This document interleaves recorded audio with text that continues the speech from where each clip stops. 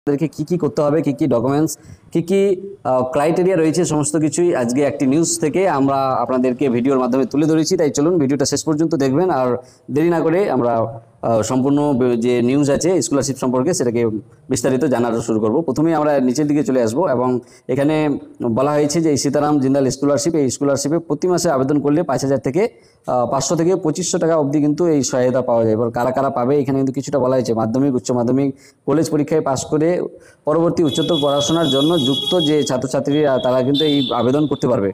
এবার আমরা একটু নিচের দিকে চলে আসবো। এবার এখান থেকে জেনে নেব স্কলারশিপের নাম কি আছে, প্রতি মাসে কত অনুদান পাবে, এই সমস্ত কিছু অফিসিয়াল ওয়েবসাইটও পাওয়া যাচ্ছে এখানে। আমরা এবার শিক্ষাগত যোগ্যতা যদি দেখি তাহলে ক্যাটাগরি এ আছে, এখানে ক্যাটাগরি ওয়াইজ ভাগ করা হয়েছে। ক্যাটাগরি এতে আছে আবেদনকারী কমপক্ষে মাধ্যমিক উত্তীর্ণ হতে হবে ও উচ্চ মাধ্যমিকে ভর্তি হতে হবে, অর্থাৎ মাধ্যমিক পাস করে উচ্চ মাধ্যমিকে ভর্তি হতে হবে।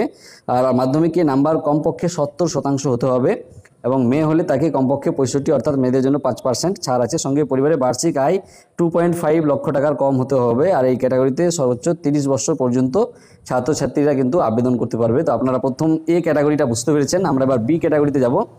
সরকারি অথবা বেসরকারি আইটিআই পড়াশোনা করেছেন এমন ছাত্রছাত্রীরা এই বিভাগে আবেদন করতে পারবেন।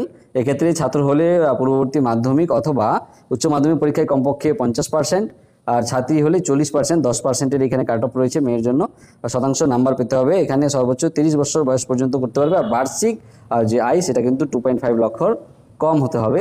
তাহলে এটা বি ক্যাটাগরিতে পড়ছে। এবার সি ক্যাটাগরিতে কি এলিজিবিলিটি রয়েছে সেটা আমরা একটু দেখে নেব। সি ক্যাটাগরিতে গ্র্যাজুয়েশন বা পোস্ট গ্র্যাজুয়েশন কোর্সের ক্ষেত্রে পড়াশোনার সঙ্গে ছাত্রছাত্রীরা এই ক্যাটাগরিতে আবেদন জানাতে পারে।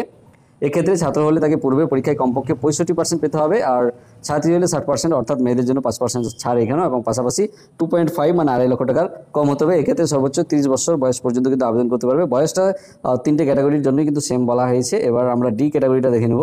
ডি ক্যাটাগরিতে কি বলা হয়েছে, এখানে ডিপ্লোমা কোর্সের ছাত্রছাত্রীদের জন্য এই ক্যাটাগরি আছে। এক্ষেত্রে ছাত্রছাত্রী উভয়ই পরীক্ষায় 60% নাম্বারের প্রয়োজন হবে। এখানে মেয়েদের জন্য আলাদা কাট অফ করা নেই, সবার জন্য 60, আর বয়সের সীমা একই হবে। পারিবারিক বার্ষিক আয় অন্যান্য ক্যাটাগরি একই থাকলে হবে, তবে এখানে আবেদন জানাতে পারে। এবারে আমাদের এরপরের ক্যাটাগরি ই ক্যাটাগরিতে ইঞ্জিনিয়ারিং বা মেডিকেলে কোর্সে ভর্তি হয়েছে এমন ছাত্রছাত্রীরা করতে পারবে। বাকি আমরা এবার দেখে নেব বৃত্তি পরিমাপ। এই ক্যাটাগরির জন্য কী রয়েছে এখানে সংক্ষিপ্তভাবে বলা হয়েছে। ক্লাস 11 আর 12, 11, 12 প্রতি মাসে 500 টাকা, আর কমপক্ষে উচ্চ মাধ্যমিকে ভর্তি হতে হবে।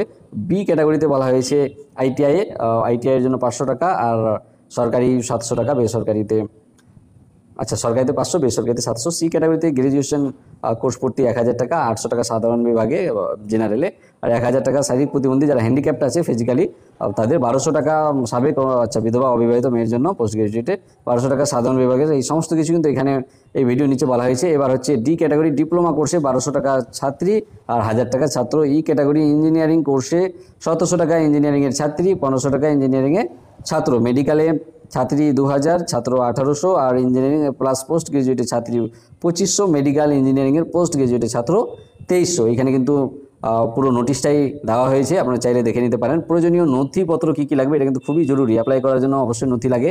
মাধ্যমিক, উচ্চ মাধ্যমিক পরীক্ষার সার্টিফিকেট, মার্কশিটের কপি, মেডিকেল ইঞ্জিনিয়ারিং ডিপ্লোমা কোর্সে ভর্তির প্রমাণপত্র, পারিবারিক আয়ের সার্টিফিকেট, পাসপোর্ট কালার ছবি, সরকারি মেধা কোটার অধীনে ভর্তির শংসাপত্র, ভর্তির রিসিপ্ট লাগবে। শারীরিকভাবে প্রতিবন্ধী যদি থাকে হ্যান্ডিক্যাপ তাহলে সেক্ষেত্রে সেটার প্রমাণপত্র লাগবে।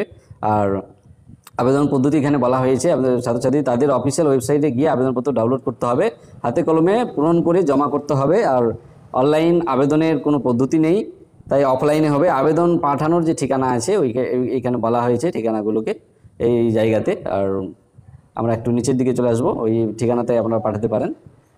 অ্যাপ্লিকেন্ট ফর্ম এখান থেকে ডাউনলোড করা যায়। এটা অ্যাপ্লিকেন্ট ফর্ম এখানে ডাউনলোড করা যাবে, অফিসিয়াল ওয়েবসাইট এটা আছে। যাই হোক, আমি সব কিছু আজকে এই ভিডিওতে আলোচনা করলাম আপনাদের কাছে। আপনাদের কারো যদি অ্যাপ্লাই করার ইচ্ছা থাকে আপনারা আমাদের কমেন্ট করে বলবেন, আমরা বিস্তারিত অ্যাপ্লাই কীভাবে করতে হবে সেই বিষয়ে আরেকটা ভিডিও নিয়ে আসবো। আর যদি এই ভিডিও সম্পর্কে কোনো কমেন্ট থাকে তাহলে অবশ্যই আমাদেরকে এই ভিডিওর নিচে জানাবেন। চ্যানেলে নতুন হলে সাবস্ক্রাইব করে রাখবেন আর নতুন নতুন আপডেট পাওয়ার জন্য। সবাইকে অসংখ্য ধন্যবাদ ভিডিওটা শেষ পর্যন্ত দেখার জন্য।